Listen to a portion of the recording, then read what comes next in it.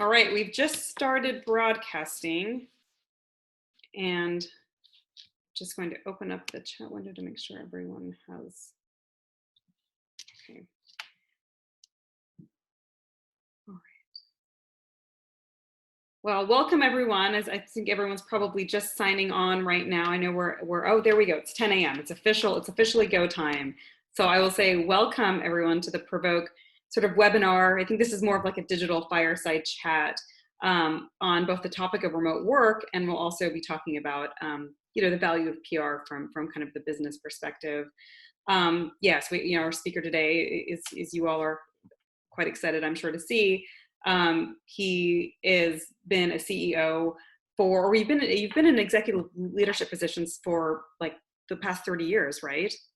Yeah, you're admitting how old I am, but yeah, I want to say I appointed myself CEO of my first startup in '85. So I earned that right by myself. Oh wow! So you're entrepreneur and CEO, and you've been CEO of Bluescape Technology since 2017.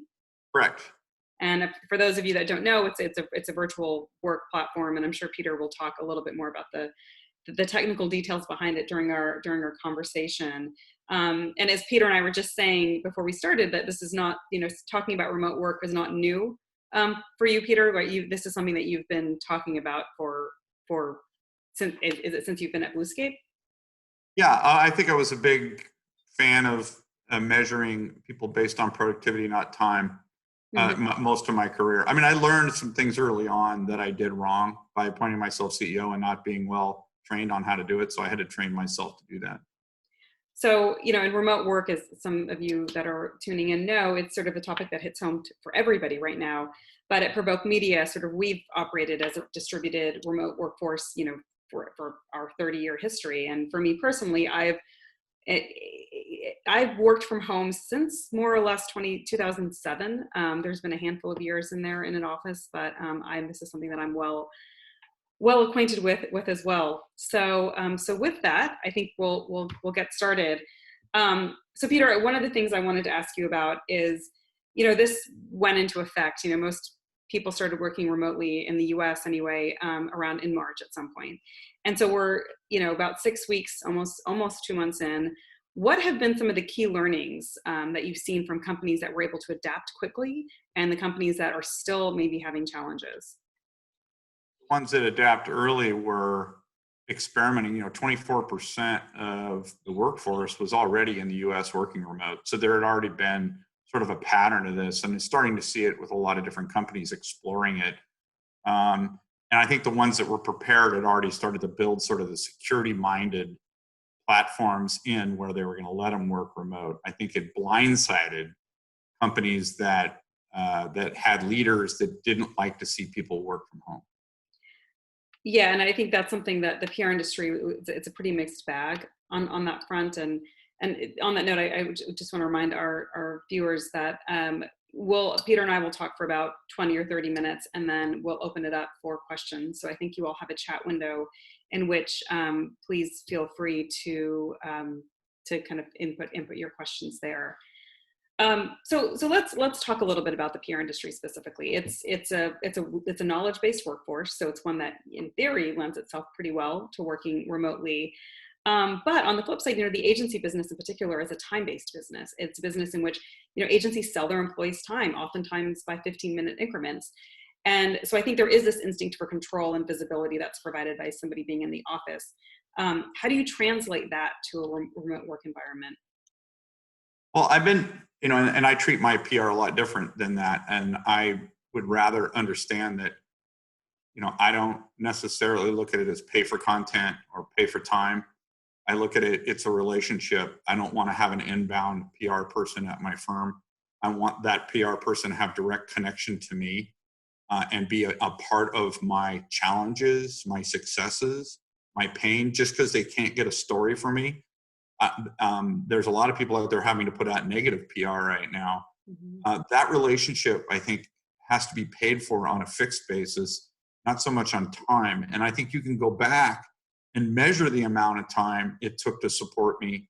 But this is almost, there's a little psychology in PR for me, because it's really the persona of my company, my employees, and the product and everything else, that has to be an intimate relationship, not with the CMO, but I believe with the CEO, and it needs to be more fixed based.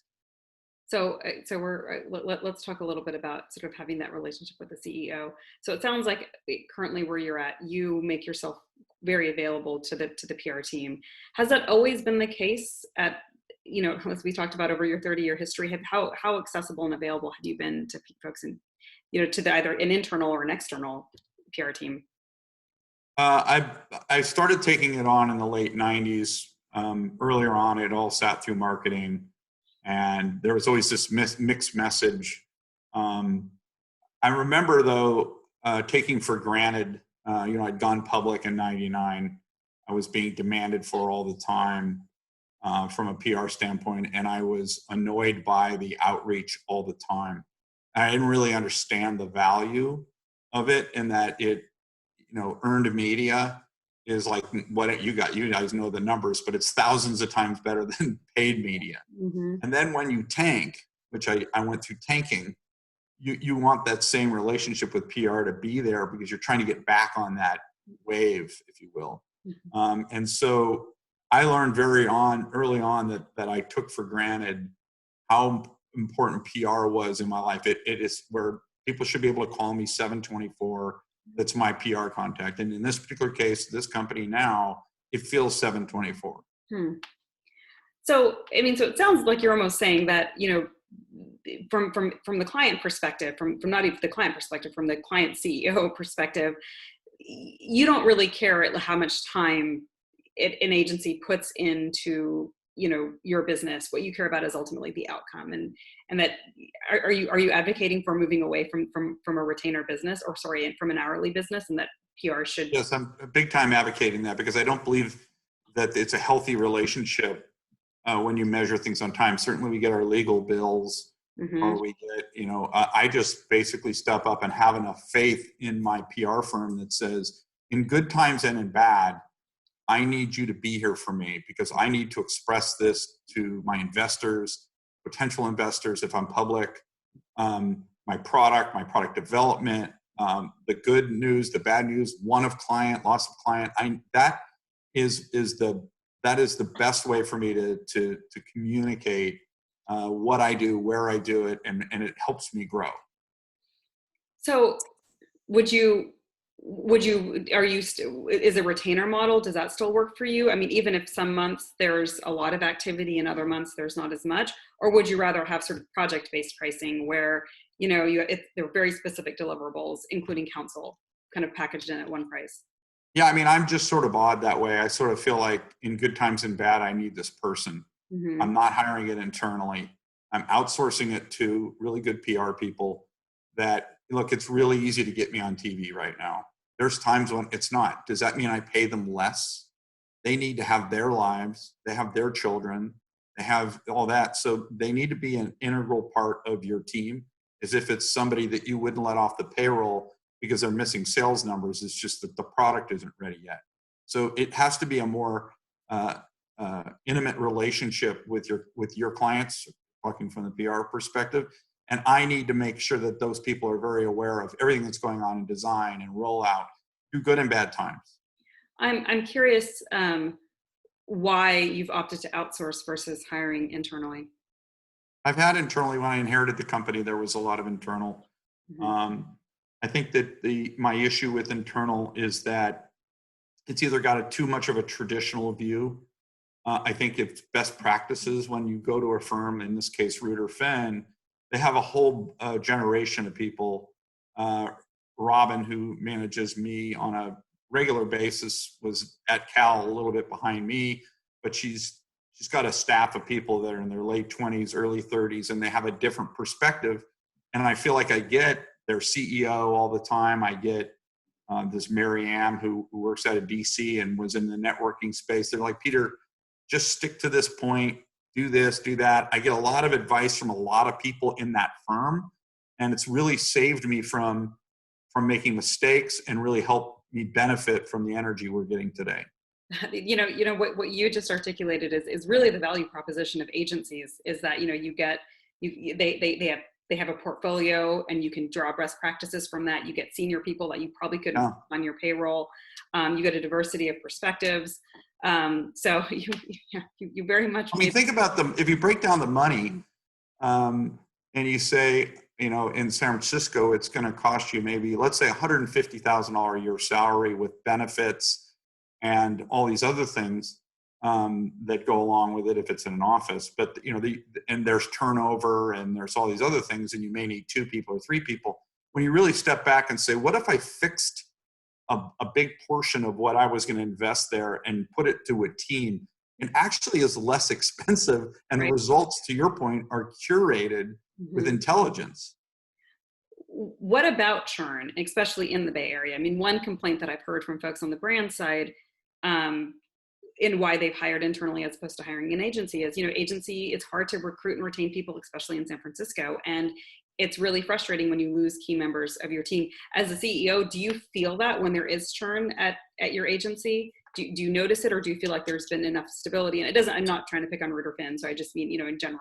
No, I honestly, I also think there's a lot of good talent in Omaha, Nebraska, Chicago, Nashville, Tennessee, and I'm a promoter of remote work. Like if I'm, obviously you and I want to go have a beer and I want to hear your Texas accent at some point. And you did do a lot of non-remote when you did all these shows and you did, events and dinners and all that. But at the end of the day, I'm tapping into resources that are not in San Francisco. And so San Francisco's, until the pandemic, we could get people, but the best ones would want to work at Salesforce. The best ones would want to work at whatever, Google, like this. And so I'm competing and I'm getting better talent by far by getting somebody who could be remote anywhere. So I don't think you need to have that face-to-face. I don't believe in it. So that's interesting, because that's what we're seeing. And even before this current crisis, we're seeing agencies doing that for the same reason. I mean, you can give people a benefits package in-house, pre-IPO or even post-IPO, that the PR agencies simply couldn't compete with. So we see talent centers in Salt Lake City, in Omaha, in Nashville, in Raleigh, and I think that's been, and I wonder if that will be accelerated by this crisis, that people will become. Well, sure. I mean, you think about it. I was watching, I think it was CNBC, and they were talking about this rush from New York City to Connecticut and even to Vermont. People are buying homes there, and the first thing they say is, I need an office in it. Because they don't want to be in a 1,000 square foot condo on Fifth Street, right, in this situation. So I think there's a lot of talent can go somewhere else. If we go back and it's 60% of people are remote 80% of the time, we're going to be able to tap into talent all over the world.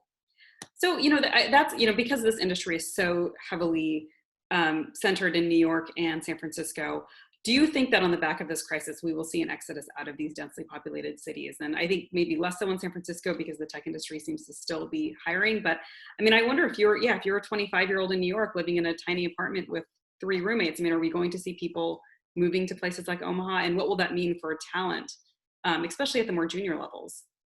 I think if senior management starts to understand that these face-to-face things are important, they start K through 12.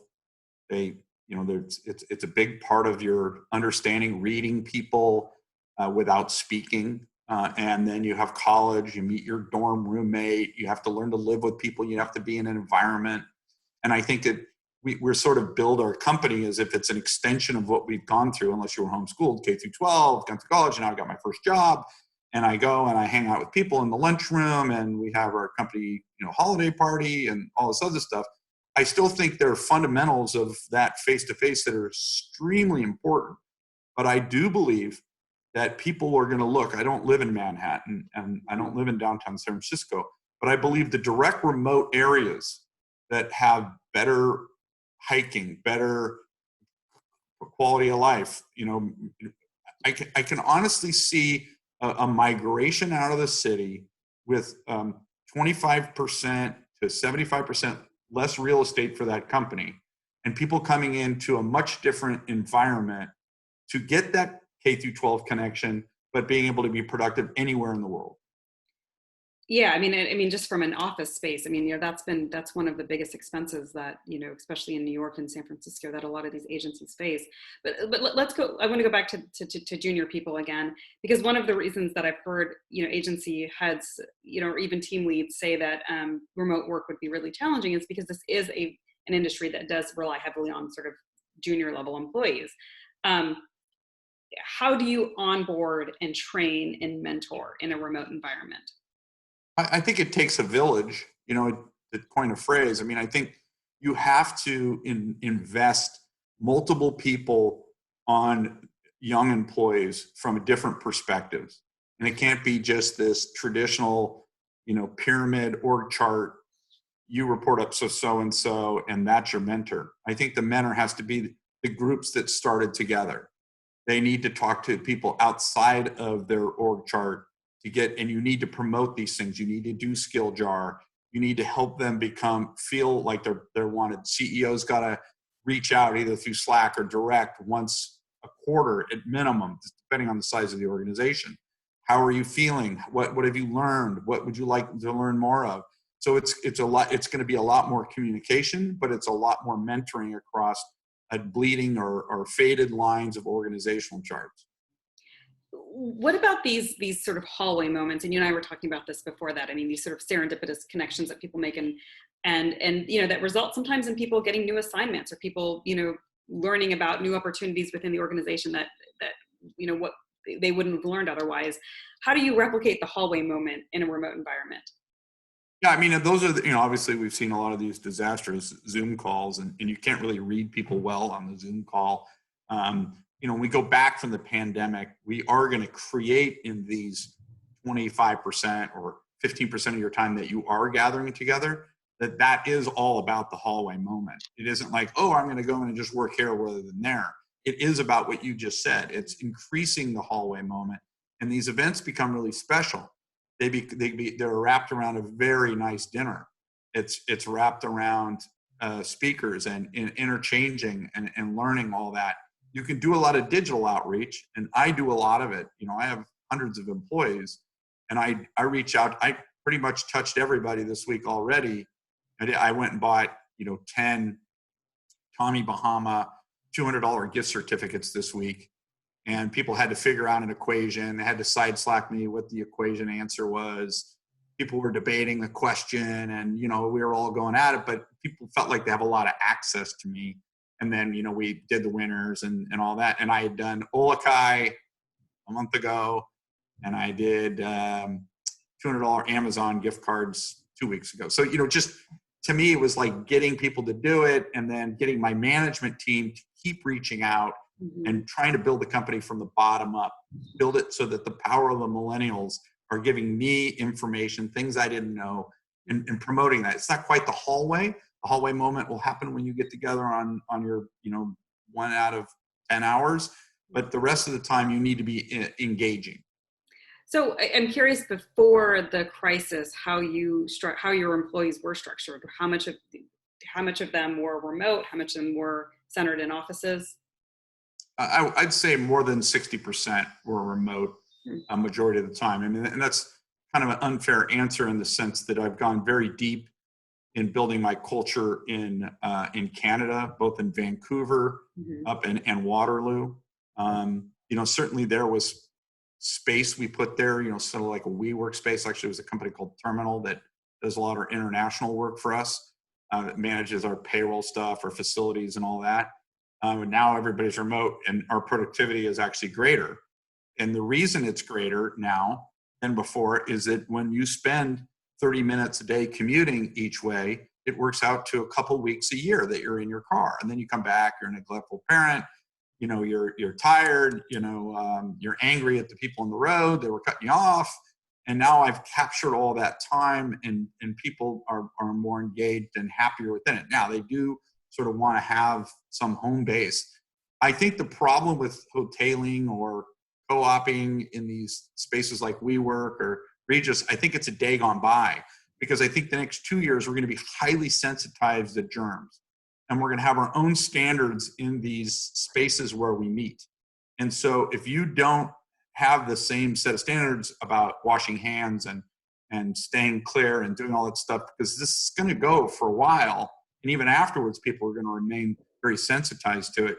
I just don't think a space where I have strangers in there is going to fly for my people. So working from home there'll be snippets, there'll be money attached to people working from home. There'll be more benefits to it because I'm saving money on real estate. Yeah. Yeah. And I mean, I think that the commute argument, I mean, that's been made for a long time, is like the amount of time that's lost, especially in these cities where people often don't live very close to their jobs. I was going to just inject one more thing, and that is nobody wants to get on the subway. Oh, yeah. Now, so commutes are going to be a mess for a while because those are strangers you're next to. So I think the commute thing is another discussion for another time, but that adds up. Oh yeah, I mean I don't know how they won't do a staggered schedule at this point. I mean you and I have probably both crossed the Bay Bridge. Sometimes it takes 11 minutes and sometimes it takes over an hour, and I can't even imagine what it would be like in a world where nobody's on the BART. So another question I have is around these difficult conversations, right? I mean, whether it's giving constructive feedback, or even having to change someone's employment status. Are these things that lend themselves to remote working environments, and especially in our business where there is a lot of difficult conversations, not only with employees but also with clients? There's gamification you can do to sort of decide whether you do a lighter forms of surveys or Myers-Briggs, because I think people have to realize that I'm in the wrong job. Mm-hmm. This is actually paying my bills, but I'm not productive because I'm unhappy. And I chose PR, let's say, or I chose to be an executive. And I spent a lot of years and still with, a standard group of leaders once a month talking about how happy I am, how I am in my family, how I'm doing. And there are other peers of mine that do the same. And there's groups for everybody. You can find groups to express and learn and decide that maybe this is a time that I shouldn't be in this industry. And I certainly went through it 3 years ago when I was in another startup that wasn't doing well, but I was super loyal to my investors. And I was like, wow, I'm getting really close to 60. This thing is going to not have a good ending. And I'm wasting a lot of my personal time. And I got a lot of advice that said, Pete, at some point you have to walk away because technology is like that. You got to stop this loyalty thing and look out what's best for you and your family. And I think everybody like that has to look at like what happens now, what's best for me. Like maybe I can't find another job, so I better make this one I have better and maybe learn how to do it better. Or I can look out and say, I'm going to take some courses and do something different. Mm-hmm. Do you think that it's one of these things I mean, I'm assuming right now any agency owner or team lead that has had to, do furloughs or layoffs, they've had to do them over Zoom calls. And I wonder, very tough. Yeah. And I wonder, I mean, but maybe it's a generational thing. I mean, if we look at millennials and Gen Z, I mean, they're a generation that they break up by a text message. So, maybe they might be better equipped to doing things electronically and having difficult conversations electronically than previous generations where, the convention was, if it's a difficult conversation, you do it face-to-face in person. Yeah, I mean, I don't really have a good answer for that. I would just say that it's easier for the person letting the other person go because you're taking that emotional piece out. Mm-hmm. But I actually find it to be uber responsible for people that you're letting go, because of the economy or performance are two different things. Like if you're having performance-related issues, that's usually detailed over time if you're a good boss or a good mentor. Like, or I'm noticing you're getting in late or you're not responding right away. Is there something going on? Yeah, my girlfriend or my boyfriend or my husband or whatever, there's things that go on. And if you're a good mentor, you're like, let me help you through that. But I have a job too, and I got to get the productivity. So by the time you let them go, because, it's weighing on them or it's weighing on you, they kind of see it coming. It's when you're blindsided by, COVID and they're like downsizing. And now you're like, holy man, I can't make my rent. I can't put food on the table. Well, that's a very difficult discussion. And it's super hard, I think, to do on video. Yeah. Yeah. So I just want to remind our viewers that if you have questions for Peter, please put them in the chat box and we will get to those very shortly. Peter, you and I talked a little bit about D&I before we started the broadcast, and I'm curious, like, if you have any insights around how do you create an inclusive environment in a remote environment, with a remote workforce?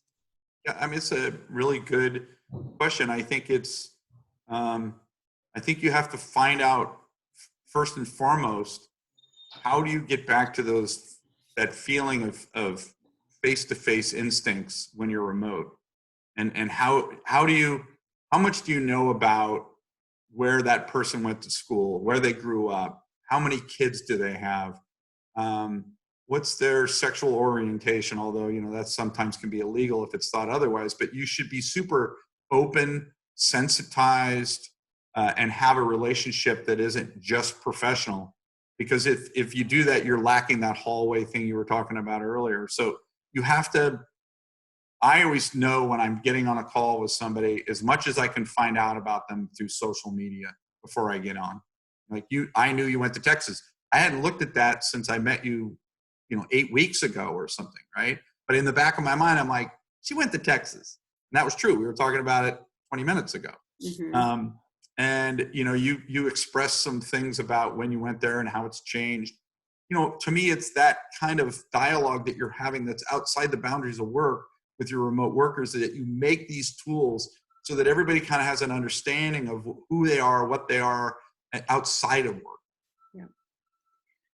Yeah. One of the things you and I have talked about previously is, just quantifying the benefits of remote work around cost savings, both from real estate, but also some unexpected benefits, even around, like, health insurance costs going down. Can you give us some of those stats now? Yeah, insurance costs go down by 1,700. I think churn goes down by 70%. Depression is wiped, down by something like 80%. I have a whole list of statistics I like to go through on that stuff, but at the end of the day, this was sort of pre-COVID. I was going through this in my head, and started writing. I started getting all these stats. It's just I spent months going on it, and it was amazing to see how much productivity went up. The average person only works 3 hours a day if it's an office job. Mm-hmm. And so why are you in the office? And then, they're just sitting there twiddling going to get coffee, or I don't have that many emails today, or I really don't want to deal with them, or whatever. Like, why not only make people work 3 days a week Mm-hmm. and pay them the same? Then you're going to get a higher quality employee who's working out all the time and involved in their kids' education or whatever. Like, do we really have to be tied to this 40 hours a week? Mm-hmm. And so, I looked at all these statistics, and it'll drive you crazy how much money you'd save just on gas, what it does to the environment. 1 day a week is, drops the ozone layer issues. It goes on and on. So do you manage your company with this sort of 0-hour work week mentality? And if you could explain what that is to our listeners, because I brought it up before to people and you just see the look on their face.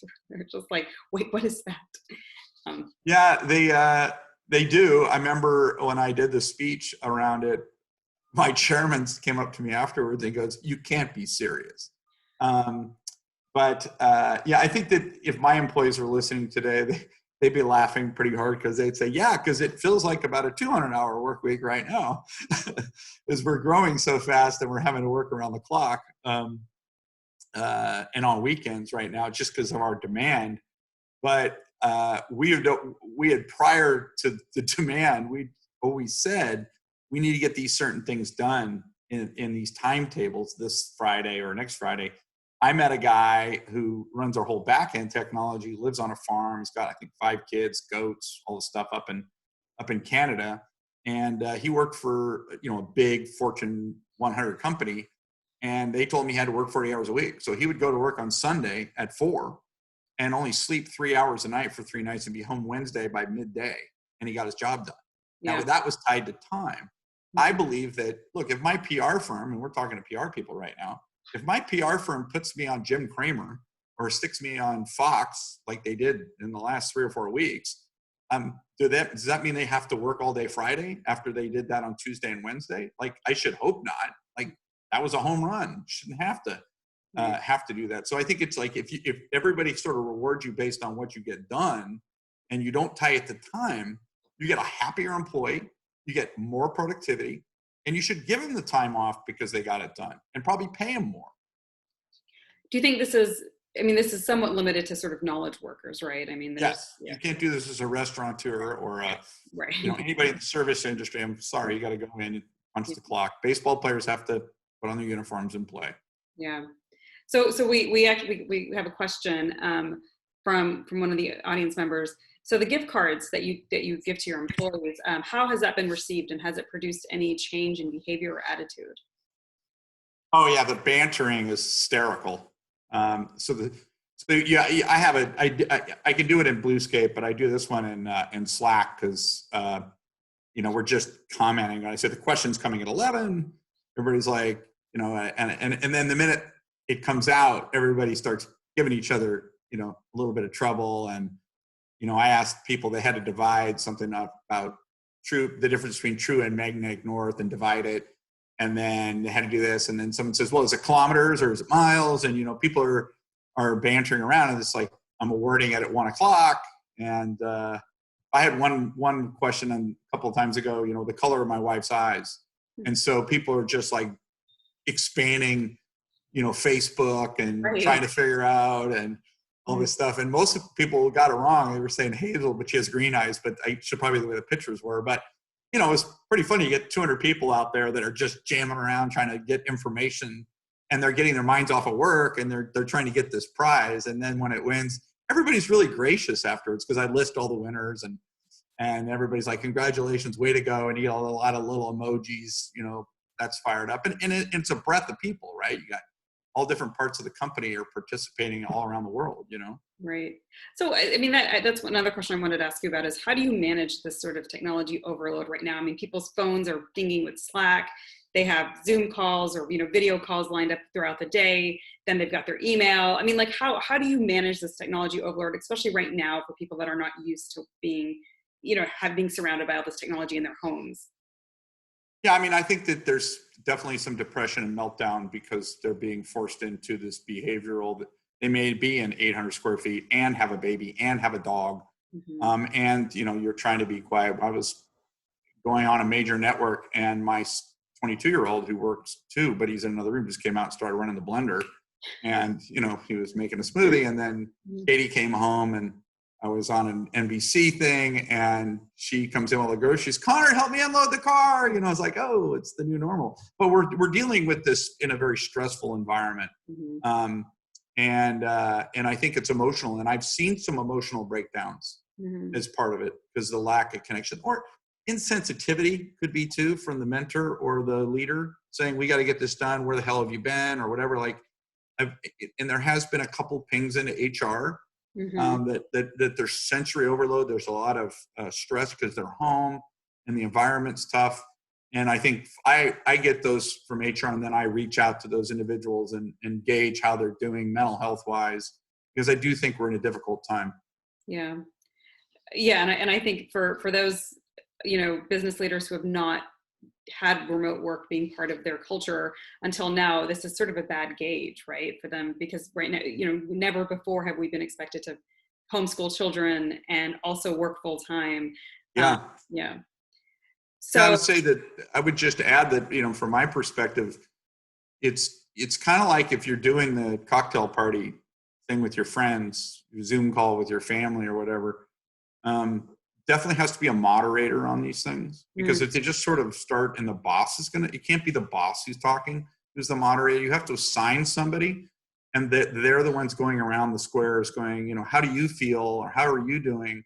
And it isn't somebody who's a direct boss or whatever, but they're allocating the time for someone who may not be really good at the English language, or could be an introvert, or you could have a dominant male boss who's always drowning out, the ladies, and just because they're just old white traditional bad people. But there's a lot of that out there. Right. That's actually a really good takeaway, is that so when you're having these social Zoom or whatever platform you're using connections, to have the person who's leading that discussion not necessarily be the person in charge. And change it, just because I'm really like, Katie makes fun of me because we do our family one because everybody's dispersed, and they get on there and it's like I instantly go into moderator mode, and she's like, oh, we're gonna have, you know, the CEO is gonna manage the family call, and I'm like, all right, it's your turn, go for it. But yeah, I mean, I think it does. Time needs to be allocated equally. Voices need to be heard. You know, that's why I like Bluescape, because Bluescape actually lets everybody talk at the same time. I get post-it notes that says you're talking too long. I don't agree with your point of view. Let's run a survey. Let's run a video together. All those things kind of happen with everybody in the casserole at the same time. Mm-hmm. You know, we're running low on time, but I did want to. There's a couple of things that I wanted to ask you about, and one is, you know, you spoke. You're a CEO who seems to understand PR and communications and its value, but do you wish that the PR industry spoke the language of CEOs and CFOs a bit more, and were able to communicate their value in term, you know, about cash flow, around revenue generation, around sales? Do you feel like that's a gap that the industry needs to fill? Yeah, I just don't know, you know, the breadth of the training of the entry-level PR person. And God bless you if you're listening and you took this industry, because you work really hard and you don't get enough appreciation. I think the PR industry is very difficult. And I think what happens is you get pushed into this, you know, you're being measured by some sort of metrics that's really hard to define. Mm-hmm. And it's, you know, from my perspective, I think the intimacy of the client and understanding, like those things you mentioned, cash flows, all that, and having access to senior leadership, and saying no to business that, you know, like there's no hope for this startup. Like, they want noise and nobody's giving them any noise. That's not because you're a bad PR person. It's because you need to allocate your energy to people that care about you, that are going to pay you and help you educate you on what you're trying to get across to the media. It's really important, especially in technology, or I should say in every field, to have a brand. And branding starts with PR. Yep. Branding starts at PR. For anyone who's listening right now and they're worried about their budgets being cut, and because maybe their contact within the organization, whether it's a CCO or a CMO, they have a good relationship but they're worried that the CEO is going to say, wait, why are we spending all this money on comms? Exactly. Yeah. What would you say? Is there anything they can do, even if they don't have a direct line of conversation with their CEOs or with the CEOs of their clients, to preserve their budgets? I think that's a really good white paper. It's a really good QBR, or a get together where you ask the CEO to be present. That here's what we're going to do today. Here's what where we see the positioning of your product. Here's where we see competition. Here's where the media is writing stories. You know, here's why we think we can use the media to help stabilize your business. It's a proactive thing. Someone said, Pete, we've got a media QBR. It's really important for you to be on it, Mr. CEO, just to get your feedback. That CEO will be excited to be on it because he's dealing with negative. He's looking at spreadsheets and costs and all this stuff. And the fact that they can see that they're able to position the company, that they've done this charitable thing, or they're not furloughing people, they're going to hold on. If you look at Benioff, he's going through a lot of struggles probably right now, because what percentage of business is tied to travel? What percentage of business is tied to universities, or tied to restaurants, or tied to small and medium-sized businesses? Yet he's out there promoting what he can do for the hospitals, what he's doing for the worker. And he's the ultimate best media PR guy in this industry, bar none. And he gives and gives and gives. He's revered in San Francisco, and he's probably going through a challenge right now, yet he's still putting his face out there and doing all the right things. And I think that leaders out there right now need PR to make sure that they're compassionate about their people, their communities, and whatnot. And I think it's a really good opportunity for PR to go after that. Yeah, I mean, it seems like companies are going to be judged for a long time on how they react to this current crisis. So from a technology perspective, I just kind of will end on a sort of a future-looking note. Not only the workplace, but what will events? I mean, the tech sector it's hugely dependent on events. I know even for lead gen. What do you think the next 18 months to 2 years will look like? And I know no one really knows, but I'm just curious for your thoughts. Yeah, and I think that that's why they're trying to open up Vegas now. I mean, you think about all those conferences that we've gone to that we couldn't wait to leave, um, Yeah. that we've gone to over the years. I started at Comdex way back when. Always come out of those things like, we got 300 leads and Yeah. nothing ever comes of them, Yep. But I do think that we need to have these events come back. How safe are they? If you fly somewhere and there's a 14-day quarantine, it's going to make the event take a while to start. Yeah. So, but I think this is a really good opportunity for PR, because I think I think the wrong thing that people are doing is that they're trying to create the virtual trade show. I think this is a really good time to get your clients and get media producers to work together to do the messaging, and the budget that went to the event or went to travel and entertainment, I think it needs to be poured into PR. I think there's more money in it for PR than ever, and it needs to be perspected that way. What about AI? I mean, do you think that we will be putting on glasses and going to events in that way over the next year or so?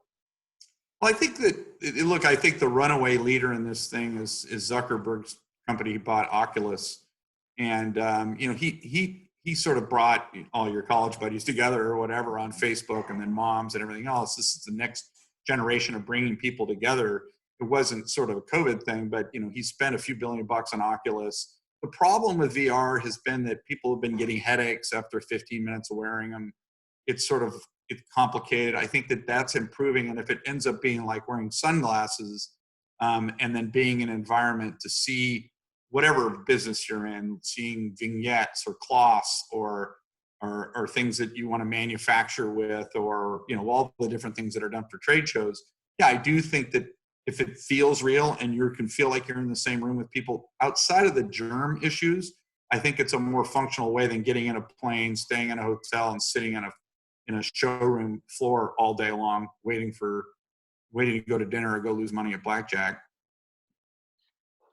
Well, Peter, this was a great conversation as always. You and I have spoken feels like several times since we met in January. It's been awesome.